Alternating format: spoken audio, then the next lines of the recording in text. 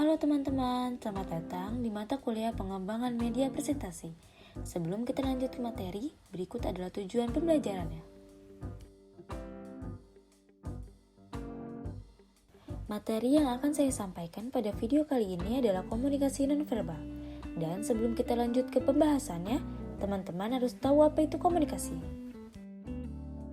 Komunikasi adalah suatu penyampaian informasi, baik itu berupa pesan, ide, gagasan dari seseorang kepada orang lain.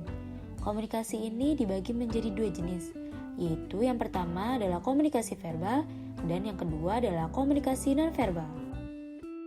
Yang akan kita bahas pada video kali ini adalah komunikasi nonverbal.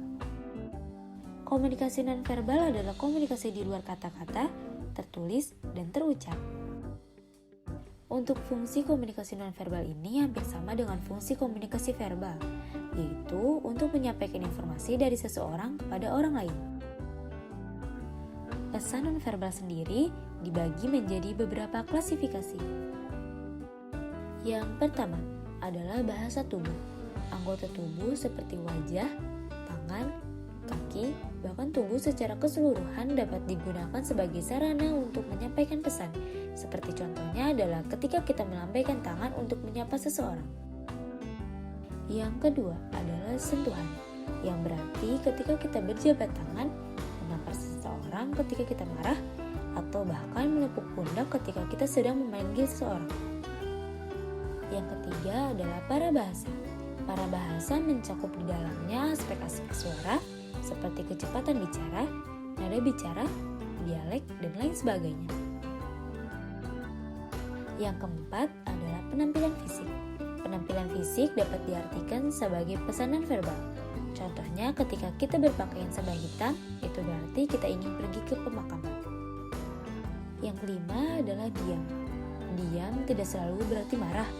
Diam juga dapat menunjukkan bahwa seseorang memiliki sifat pemalu, atau mungkin menunjukkan seseorang yang sedang berpikir. Selanjutnya yang keenam adalah orientasi jarak dan ruang pribadi. Unsur ini menunjukkan hubungan kedekatan seseorang dalam komunikasi. Contohnya ketika kita sedang berada di transportasi umum, kita berusaha untuk menjaga jarak dengan orang lain demi kenyamanan. Yang ketujuh adalah warna. Warna juga dapat menyampaikan pesan nonverbal. Contohnya, ketika lampu lalu lintas menunjukkan lampu merah, artinya kita harus berhenti. Yang kedelapan adalah bau-bauan. Bau-bauan juga dapat menyampaikan pesan dalam komunikasi nonverbal. Contohnya, bau harum makanan dari dapur menandakan bahwa ibu sedang memasak. Yang kesembilan, konsep waktu.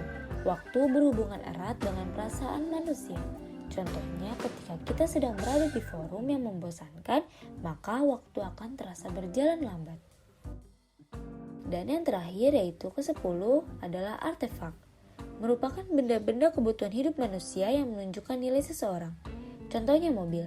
Mobil adalah barang mewah di mana jika seseorang memilikinya, maka dianggap sebagai orang kaya.